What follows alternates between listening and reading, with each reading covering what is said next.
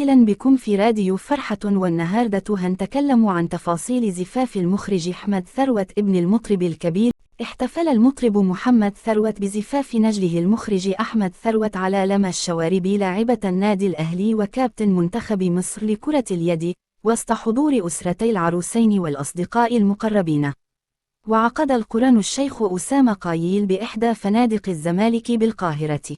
حرص على الحضور عدد كبير من نجوم كرة القدم والشخصيات العامة، من بينهم عضو مجلس إدارة الأهلي محمد الجارح ومحمد سراج، الدكتور على جمعة مفتي الجمهورية السابق، والإعلامية سهير شلبي، والإعلامية سهير جودة، والإعلامية منى الشاذلي، والدكتورة نيفين القباك وزيرة التضامن الاجتماعي، والسفيرة نبيلة مكرم وزيرة الخارجية السابقة، والفنان أحمد التهامي، والفنانة أنوشكا.